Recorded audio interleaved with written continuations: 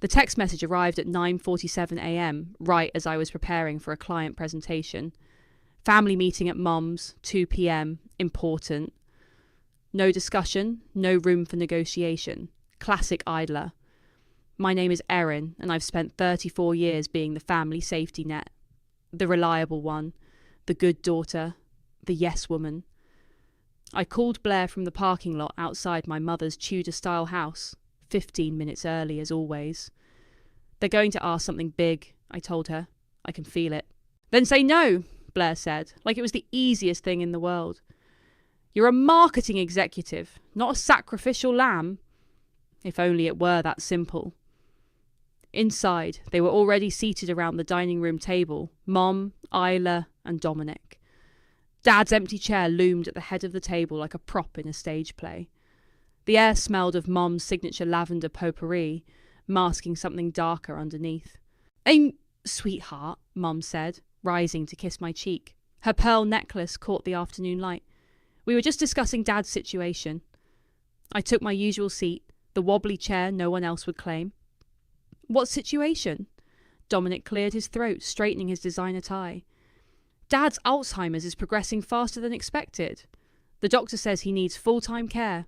We've been discussing options, Isla added, her manicured hands folded primly on the table. Obviously, a nursing home is out of the question. Obviously, I echoed, though it wasn't obvious to me at all. Mum touched my hand. We know how close you are to Dad. I almost laughed. Dad and I hadn't had a real conversation in years. His favourite response to my achievements was interesting, delivered with all the enthusiasm of someone reading a phone book. What we're trying to say, Dominic continued, is that we think you'd be perfect to take care of him. The room went silent. I could hear the grandfather clock ticking in the hallway, counting down the seconds of my freedom. Perfect, I managed. You're the only one without children, Ela said, as if her kids were terminal conditions rather than choices. And your job is, well, more flexible than Dominic's. My job is running the marketing department for a Fortune 500 company, which you can do remotely, Mom brightened. We've thought it all through. You can move into Dad's house, manage his medication, handle the appointments. What about your jobs? I asked, looking at each of them. Dominic laughed. Come on, Erin. You know I can't step away from the firm right now. We're in the middle of 3 major acquisitions. And I have the kids, Isla added. Plus, the PTA just elected me committee chair. I'm too old for this kind of care work, Mum sighed, touching her perfectly styled hair. But you, sweetheart, you've always been so good at taking care of everyone. They had scripts ready for every protest. They'd planned this ambush down to the smallest detail, probably over wine and cheese while I was at work yesterday. We've even drafted a schedule, Isla said, sliding a colour-coded spreadsheet across the table. Doctor's appointments in blue, medication times in red, therapy sessions in green. My hands were trembling under the table. I pulled out my phone and pretended to study the schedule while actually texting Blair. They want me to quit my job and become Dad's full-time caregiver. Her response was immediate. Tell them to go fuck themselves. I looked up at my family's expectant faces, Mum's practiced concern, Isla's barely concealed satisfaction, Dominic's impatience to get back to his important life. This is a lot to process, I said carefully. Of course, Mum patted my hand again. But we'll need to know by tomorrow. The current care service is charging us a fortune. Ah, there it was. The real motivation. You're so lucky, Isla added, her voice dripping with fake admiration, to have such a noble purpose, to be needed like this.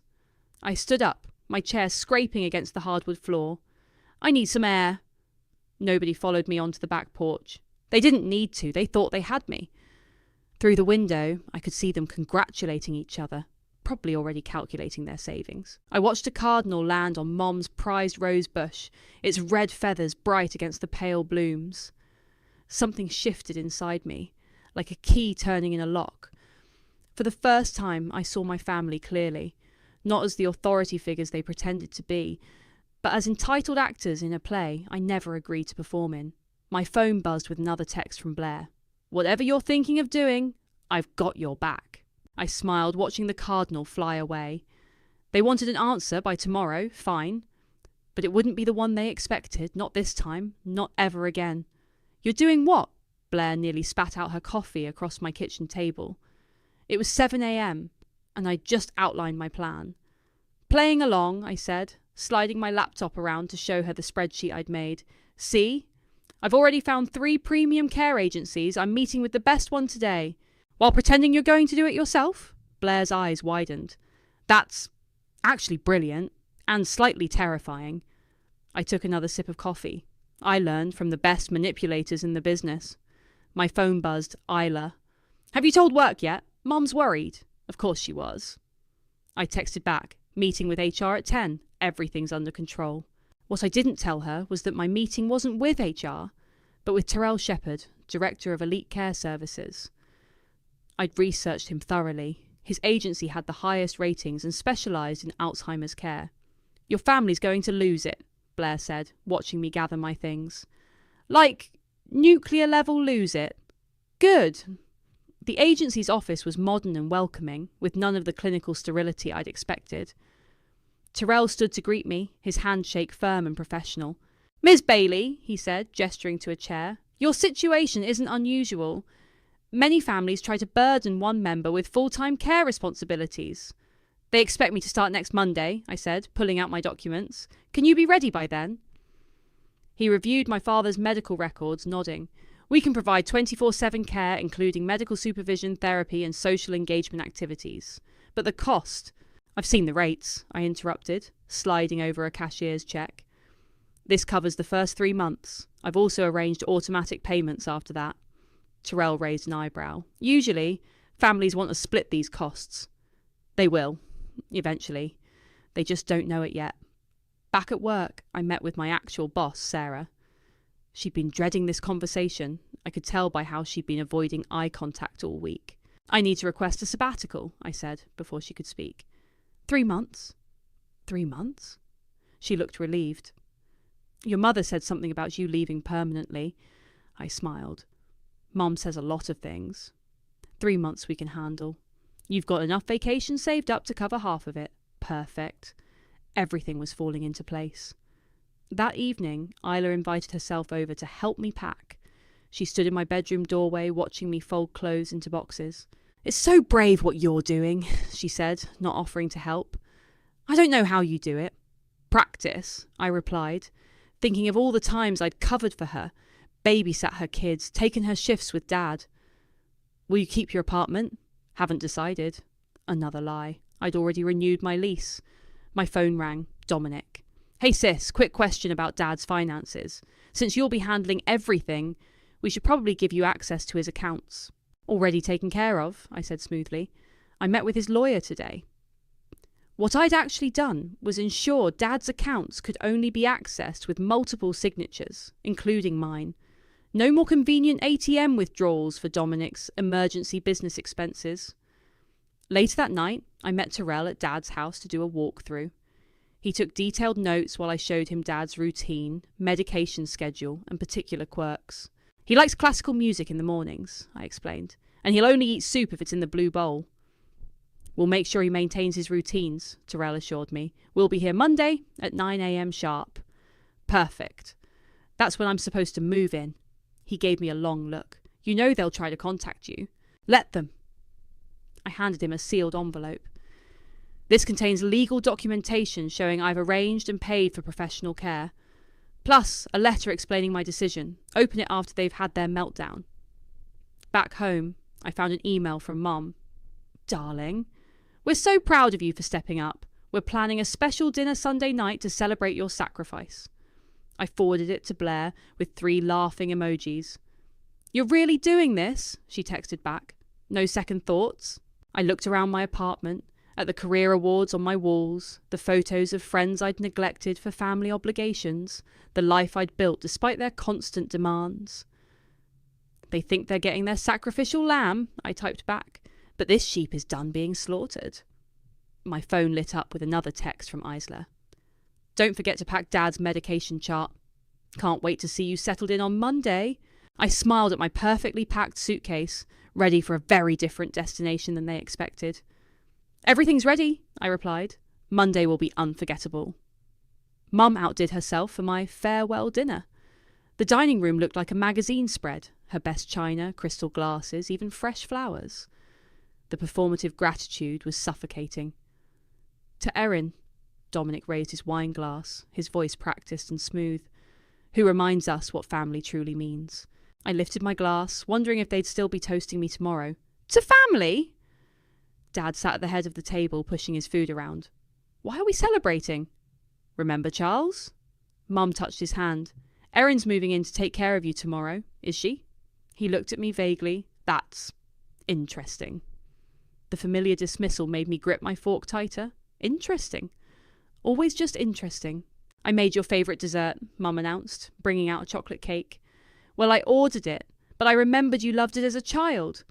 It wasn't my favourite. It was Isla's. I'd always preferred lemon. But correcting her now seemed pointless. Speaking of childhood, Isla chimed in, remember when Erin used to play nurse with her dolls? It's like she was practising for this moment. I wanted to be a doctor, actually, I said quietly. Until someone needed to help Mum after her surgery. The table went silent. Nobody mentioned how that temporary arrangement had stretched into 2 years of my pre-med dreams slipping away. Well, Dominic cleared his throat, everything happens for a reason. And now you get to use those caring instincts for Dad. Mum dabbed her eyes with a napkin. I don't know what we'd do without you, sweetheart. Probably hire professional help, I muttered into my wine glass. What was that? Nothing. Just grateful I can help. Isla reached into her designer purse. We got you a little something, to show our appreciation. She handed me an envelope, beaming like she was giving me a winning lottery ticket. Inside was a Starbucks gift card. $30 to compensate for sacrificing my career. We know how much you love your lattes, Mom added.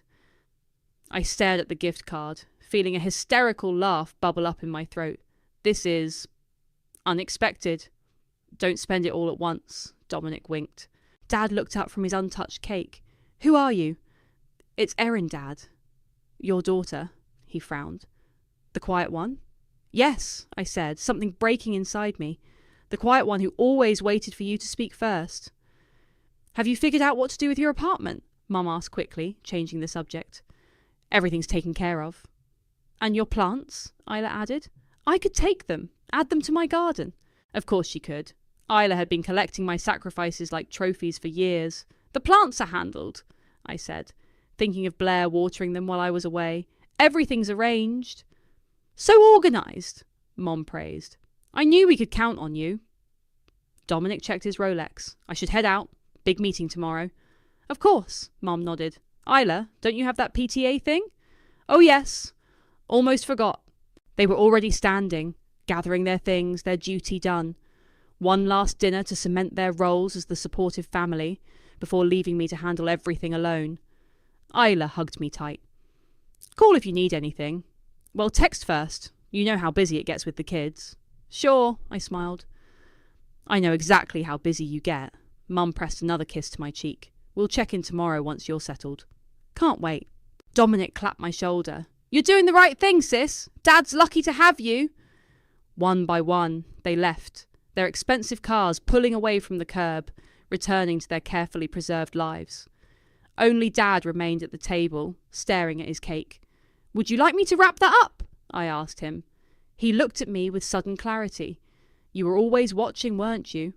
Always waiting. Always last. The words hit like a physical blow. I touched his shoulder gently. Good night, Dad. Outside, I called Blair. It's done. How bad was it? They gave me a Starbucks card. She was quiet for a moment.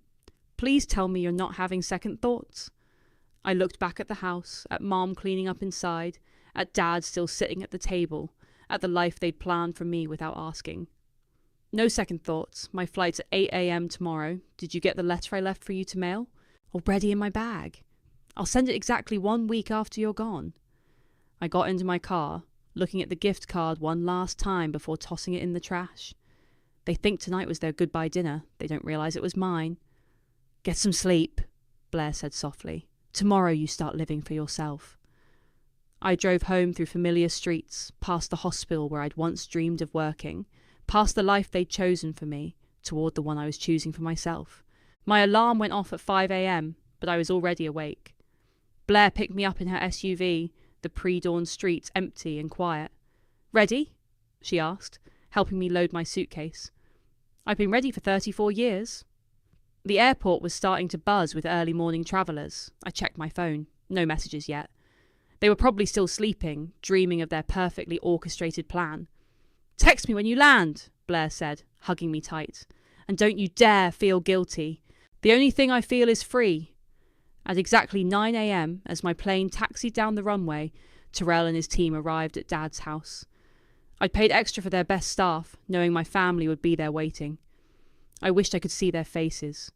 My phone started buzzing as we took off. Isla first, then Mom, then Dominic. I switched it to airplane mode, ordered a mimosa, and closed my eyes. 3 hours later, I turned my phone back on in the airport bathroom. 47 missed calls, 63 text messages, 5 voicemails. Isla. "Where are you? The care team is here, but you're not." Mum. "Call me immediately. This is unacceptable." Dominic. "What the hell, Erin? Answer your phone." I listened to the first voicemail. Mum's voice trembled with rage. "How dare you? We're standing here with some stranger who claims you hired them. Your father is confused and upset. Call me back this instant." Blair had texted too. "DEFCON 1 at your dad's house. Isla's having a meltdown. Dominic threatened to call the police, but the care team showed their contracts. Your mum's face turned purple, worth every penny I'm missing." I sent them all the same text. "My sacrifice was noble. Now it's yours." Then I turned off my phone and headed to my hotel. I'd booked a suite overlooking the ocean, my first real vacation in years. The room cost exactly what I used to spend on emergency groceries for Dad every month. At sunset, I turned my phone back on. The messages had evolved from anger to bargaining. Isla. "Whatever you're trying to prove, you've made your point. Come back and we'll discuss this like adults." Mum. "This care service is extremely expensive. We can't afford this. Please be reasonable." Dominic. "Do you have any idea how this makes us look? My colleagues as parents use this agency. Fix this, now." I ordered room service and opened my laptop to send one email to Terrell. "How's everything going?" His response came quickly. "Your father is settled. He asked about the quiet one earlier. Your family left after we showed them the payment arrangements and legal documentation. They seemed surprised. I bet they did. The contract specified that if they dismissed the agency, they'd be legally responsible for all future care costs." My lawyer had been very thorough. Blair called on video chat. "Your mum's calling everyone she knows, trying to figure out where you are. Isla's husband is furious about the care costs. Dominic's threatening legal action." "Against what?" "I pay for professional care. I'm not legally obligated to be their sacrificial lamb." "Speaking of lambs," Blair grinned, "Isla had to cancel her spa weekend to help with Dad. She's not handling it well." My phone buzzed with another call from Mum. This time I answered. "Where are you?" she demanded. "On vacation." "Vacation? Your father needs you." "No, he needs professional care, which I've arranged and paid for. We can't afford this service long term." "Then I suggest you all start contributing, like a real family would." "How could you do this to us?" I watched the waves crash against the shore through my window. "The same way you did it to me, easily," she gasped. "We were trying to help." "No, you were trying to help yourselves. To my time, my career, my life. Not anymore." "You're being selfish." "Goodbye, Mum. The care team has my contact information if there's a real emergency. Otherwise, don't call me again." I hung up and blocked their numbers. Blair was still on video chat, watching with wide eyes. "Holy shit," she whispered. "You actually did it." "They thought they had me figured out," I said, raising my glass to the sunset. "The quiet one, the reliable one, the one who always said yes." And now? My phone lit up with a text from Terrell.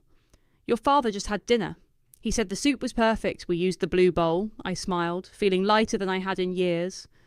Now they get to figure out what happens when the quiet one finally speaks up. The sun dipped below the horizon, painting the sky in shades of freedom. Tomorrow I'd explore the city, eat at restaurants without checking my phone every 5 minutes, and start living the life they never thought I deserved. Let them deal with the consequences of their choices. I was done dealing with mine. The cafe in Lisbon smelled of fresh pastries and coffee. I sat at an outdoor table watching people pass by, none of them expecting anything from me. My coffee had gone cold, but I didn't care. For the first time in forever, I could order another without calculating if Dad needed more medication this month. My laptop pinged with a message from Blair. "You need to see this. Video calling in 2 minutes." When her face appeared on screen, she was trying not to laugh. "So? Your family had another emergency meeting last night. Let me guess. To discuss my betrayal?" "Oh, it started that way, but then they got the first bill from Elite Care." I sipped my coffee. "How'd that go?" Dominic actually yelled, "How much?" so loud that his neighbour texted to check if he was okay. A waiter stopped by, and I ordered another pastel de nata in broken Portuguese, my third of the morning, because I could. "Tell me everything," I said. "Okay, so Isla suggested they fire the agency and hire someone cheaper. Then Terrell, who I'm starting to worship by the way, showed them the contract terms. If they terminate early, they're responsible for 6 months' payment plus penalties." I'm sure Dominic loved that. He tried calling his lawyer, who apparently told him it's ironclad. Blair leaned closer to the camera. "But here's the best part. Your mom suggested they take turns caring for your dad instead." I nearly choked on my coffee. "No way." "Way." Isla's husband lost it. Said if she dumps the kids on him to play nurse, he's done. Dominic claimed he can't possibly take time off because, get this, the family needs his income now more than ever. My phone buzzed with a text from an unknown number, Isla using her husband's phone. "This isn't fair. I have children. Real responsibilities." I blocked that number too. "How's Dad?" I asked Blair. According to Terrell's daily report, he's doing better with the consistent care. He's even started painting again. Something twisted in my chest, but I pushed it away. "Good. That's good." "Don't you dare feel bad," Blair warned. "Your mum's trying to guilt everyone in their social circle, calling you unstable, ungrateful, selfish." Classic mum. How's that working out? Not great. Apparently, several of her friends' kids have similar stories. You're becoming something of a folk hero in the country club set. My laptop pinged with an email notification from Dominic's work address. "This childish stunt is affecting our family's reputation. My firm's partners are questioning my judgment. If you don't fix this immediately, I'll be forced to take legal action. You have 24 hours to respond." I forwarded it to my lawyer without replying. Blair was still talking. "Isla had to cancel her charity gala committee position because she needs to help with Dad on Thursdays now. She's telling everyone it's temporary, but Dad's condition isn't temporary," I finished, "and neither is the responsibility they tried to dump on me." Another message popped up from Terrell. "Your father asked about his quiet daughter again today. When I mentioned you were travelling, he said, 'Good, she never did before.' Thought you'd want to know." I saved the message, letting it sink in. Dad had noticed after all. "Earth to Erin," Blair waved at the camera. "You okay?" "I found my old diary yesterday," I said, pulling out the worn notebook. "Listen to this entry from when I was 16. Mum says I'm the only one she can depend on. She means I'm the only one she can control. Someday they'll understand what that cost. Damn.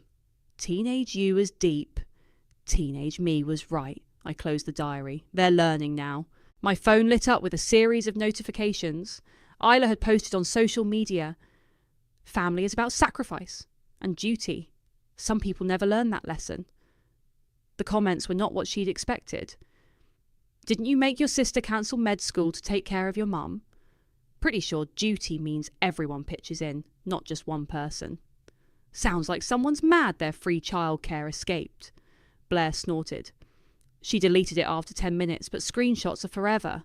"How long until Mum tries the flying monkey approach?" I asked. "Already started. She's calling mutual friends trying to get your location. I told everyone you're on a spiritual retreat in Tibet." I looked around the sunny Portuguese plaza, at the castle on the hill, at the life I'd chosen instead of the one they'd assigned me. "Let them look," I said. "I'm done being found." The waiter brought my fresh pastry and coffee. No rush to eat it, no calls to answer, no guilt to swallow. Just the sweet taste of freedom, one bite at a time. 3 weeks into my disappearance, the first crack appeared. It came in the form of a voicemail from Isla, her voice raw and unfamiliar. I missed Tommy's soccer game today because it was my turn with Dad. He didn't even know who I was, just kept asking for his quiet girl. I hope you're happy. I played it for Blair over lunch in Barcelona. She'd flown out to spend the weekend with me, bringing updates and zero judgment. They've worked out a rotation schedule, she said, stealing one of my patatas bravas. Dominic gets weekends, Isla takes Thursdays and Fridays. Your mum claims she's too fragile for regular shifts but supervises everyone else. How's that working out? Blair pulled out her phone. According to Isla's husband's Facebook rant, nothing like having your wife miss your anniversary dinner because her brother couldn't find backup care. Family obligation shouldn't mean marriage destruction. My phone buzzed with a new email from Dominic. Had to reschedule 3 client meetings this week. Partners are noticing. This isn't sustainable. Whatever point you're trying to make, you've made it.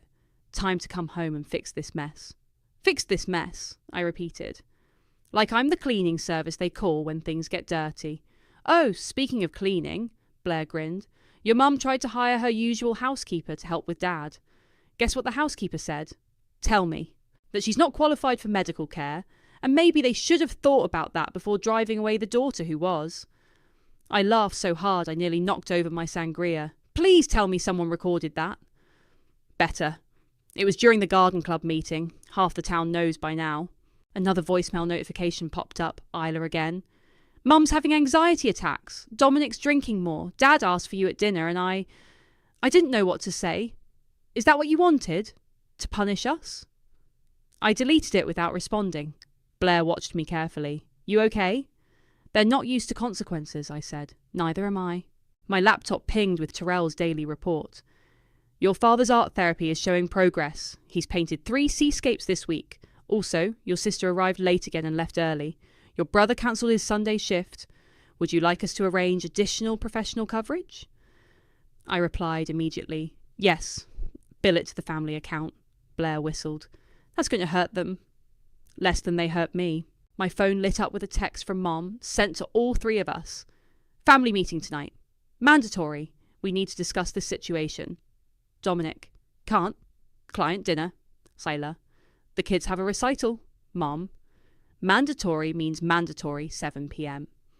I imagined them sitting around the dining room table, my empty chair like a ghost in the room.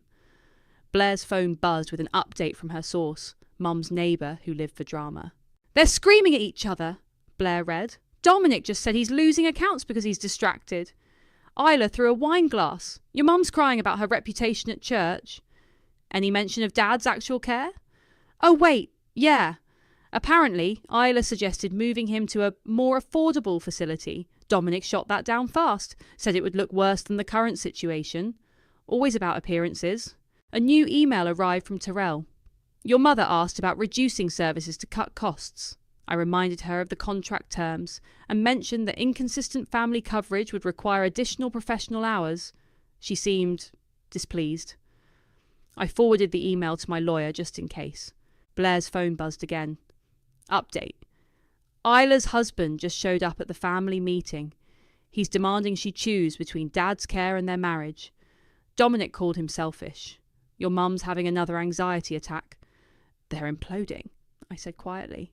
They're facing reality, Blair corrected. Maybe for the first time. Another text from Mum. Your siblings are being impossible. I need you to come home and help me handle this. I blocked her newest number. You know what's crazy? Blair said. Your dad's getting better care now than he ever would have with their plan. They're just mad because they have to deal with it themselves. My phone lit up with a final voicemail from Isla. Everything's falling apart. Mark's talking about separation. Dominic's firm is questioning his commitment. Mom can't handle the stress. We need you, please. We're your family. I stepped out onto the hotel balcony, watching the sunset over the Mediterranean. Behind me, Blair was ordering dinner, planning our trip to Paris next week, living in the present instead of drowning in the past. We're your family, Isla had said. But family shouldn't be a prison sentence. Family shouldn't mean sacrifice without choice. Family shouldn't be one person carrying everyone else's burdens. I deleted the voicemail without saving it. Let them learn what real responsibility feels like. Let them face their own choices, their own consequences. their own reflections in the mirror. I had a sunset to watch and a life to live.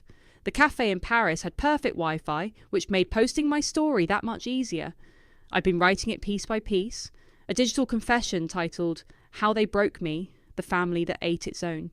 "Are you sure about this?" Blair asked over video chat. "It's going to be nuclear." "I'm done being quiet," I said, hitting post on the anonymous blog platform. Let them see themselves through someone else's eyes. Within hours, the post went viral. I watched the share count climb, each number a small victory. By evening, it had reached local Facebook groups back home. By midnight, it was trending on Twitter. My phone rang. It was Terrell. "Your sister just arrived at your father's house, demanding to know if I helped with the blog post. She seems to think she recognises certain details. Are you okay?" "I'm a professional, Ms. Bailey. Angry family members aren't new to me. But you might want to check social media. Your mother's church group is particularly active." He wasn't wrong. Mum's carefully curated social circle was imploding. Her best friend had commented, "Is this why Erin really left? Deborah, we need to talk." Isla's PTA committee was worse.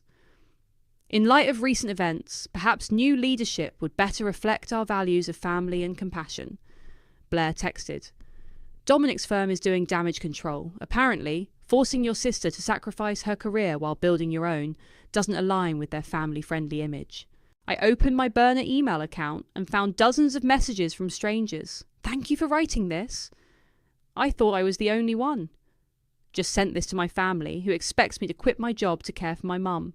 You gave me the courage to say no." Then came the message that made my hands shake.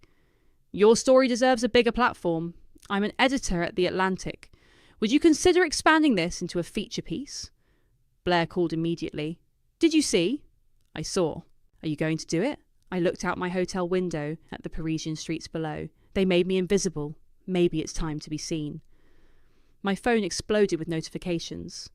Isla had posted a rebuttal. "Some people twist family duty into victimhood. Real families sacrifice for each other." The comments were brutal. "Like you sacrificed? Or just Erin? Funny how family duty always lands on one person." "Where were you when your sister gave up med school?" She deleted it within minutes, but screenshots spread like wildfire. A text from an unknown number, Dominic using his assistant's phone. The managing partner read the blog. "I'm being called in for a review tomorrow. If I lose my position over this, I'll sue you for defamation."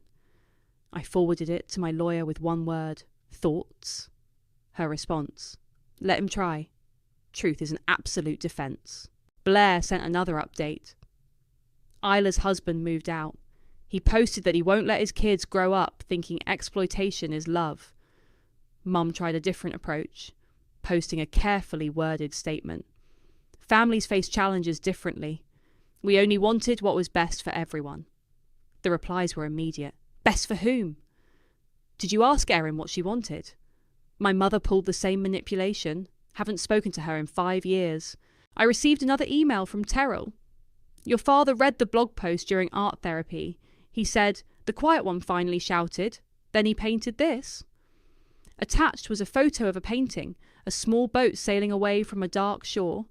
In the corner, he'd signed it, "For my daughter, who learned to leave." Tears blurred my vision. Blair's voice came through the phone. "You okay?" He knew. All this time, he knew. Of course he did. He just didn't expect you to know too. My laptop pinged with an email from the Atlantic editor. "Your story touches on something universal, the way families designate their sacrificial lambs, and what happens when those lambs grow teeth. When can we talk?" I thought about all the other quiet ones out there, swallowing their dreams to feed their families' expectations. Maybe they needed to hear this too. "Set up the call," I replied. Mum's final message came through a mutual friend. "You've humiliated us, destroyed our family's reputation. I hope you're satisfied with the damage you've caused." I clicked block one last time.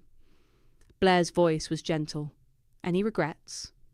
I watched the Paris lights flicker on as dusk settled over the city. Somewhere back home, my family was facing the consequences of their choices, just as I had faced mine.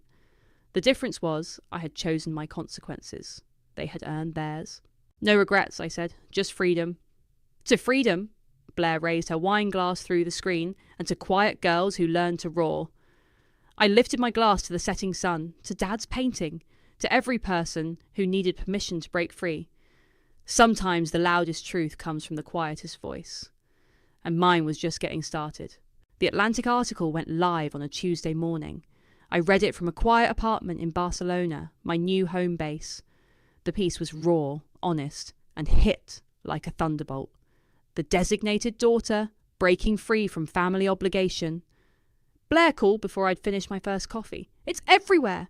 Have you seen the response? I'm afraid to look. Don't be. You've started a movement.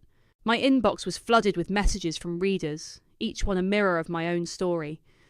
Daughters, sisters, aunts, all designated caretakers, all searching for permission to choose themselves. The phone rang. Tyrell. Your father asked to speak with you. My heart stopped. Is he okay? Very. He's having a lucid day. Would you like me to connect you? I hesitated. Then, yes. Dad's voice came through clear and strong. I saw your painting. The boat one. You were always watching the horizon, he said. Even as a little girl. I should have let you sail sooner. Tears spilled onto my keyboard. Dad! No, let me finish. I was wrong. We were all wrong, but you were brave enough to be right. In the background, I heard Mom's voice approaching. Dad spoke quickly. Be free, quiet one. You've earned it. The line went dead. Blair sent a screenshot of Isla's latest social media update. After much reflection, I'm stepping down from all committee positions to focus on family healing. Some truths are hard to face. Dominic's firm put him on probation, Blair added. They're requiring family therapy if he wants to make partner. My phone buzzed with a text from an unknown number. Mum, using yet another friend's phone. The article is everywhere. My bridge club disbanded. Your father's paintings are all boats now. Are you satisfied? I didn't block this one. Instead, I replied, Are you ready to listen? 3 dots appeared, disappeared, appeared again. Finally, I don't know how. That's the most honest thing you've ever said to me. Another pause. The care agency bills keep rising because you keep skipping shifts. We can't do what you did. No, I typed. You have to do what you should have done from the start. Share the responsibility, all of you. It's too late to fix this. It's not about fixing. It's about changing. She didn't respond. My laptop pinged with an email from a publishing house. Your story has touched a nerve. Would you consider turning it into a book? We envision a memoir about family obligation, gender expectations, and the courage to break free.